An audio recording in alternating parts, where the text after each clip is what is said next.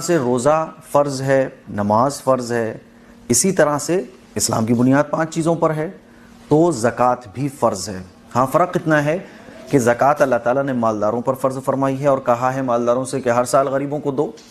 कितनी देनी है? 2.5%। 1 लाख रुपए में 2,500 रुपये। 2.5% के हिसाब से ज़कात हर साल जिन लोगों के ऊपर ज़कात फ़र्ज़ होती है उनको देना चाहिए।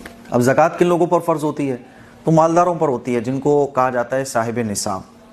अब आप कैसे पता करें कि आपके ऊपर ज़कात फ़र्ज़ है या नहीं है? तो ये पता करना बहुत आसान है। सबसे पहले तो एक डेट आप तय कीजिए। वो डेट तय कौन सी करनी है? कोई भी एक डेट, रमज़ान की कोई भी एक डेट। वैसे तो ज़कात फ़र्ज़ होती है जब भी हम ज़िंदगी में पहली मरतबा साहिब निसाब बनते हैं। साहिब निसाब यानी मालदार बनते हैं। शरीयत की नज़र में मालदार कौन है? 52.5 तोला चांदी मार्केट में जितने रुपए का आ रहा है, जैसे कि हमारे फिरोजाबाद में मेरे ख्याल में 50-55 हज़ार रुपये का 52.5 तोला चांदी आ रहा है। तो 52.5 तोला चांदी जितने रुपए में आता है, इतना रुपया पैसा अगर आपके पास है तो आप हैं साहिब निसाब, आप मालदार हैं, आपको ज़कात देनी है।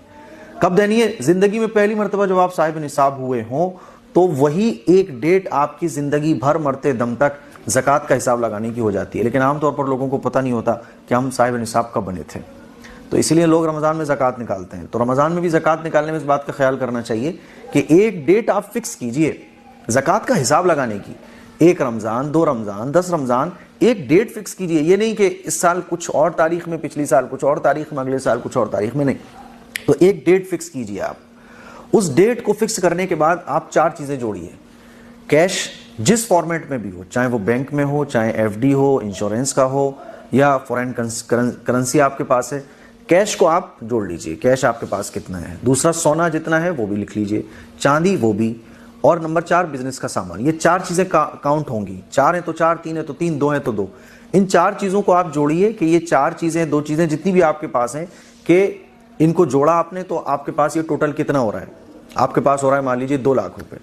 अब आपको जितने कर्ज अदा करने हैं, मान लीजिए आपको घर का किराया देना है, दुकान का किराया देना है, और जो वर्कर्स हैं उनकी सैलरी देनी है, जो भी कुछ आपको देना है, जो भी कुछ आपके ऊपर बकाया है लोगों का, वो आप माइनस कर दीजिए। 2 लाख में से मान लीजिए आपने 1 लाख माइनस कर दिया, अब बचा कितना? 1 लाख रुपए।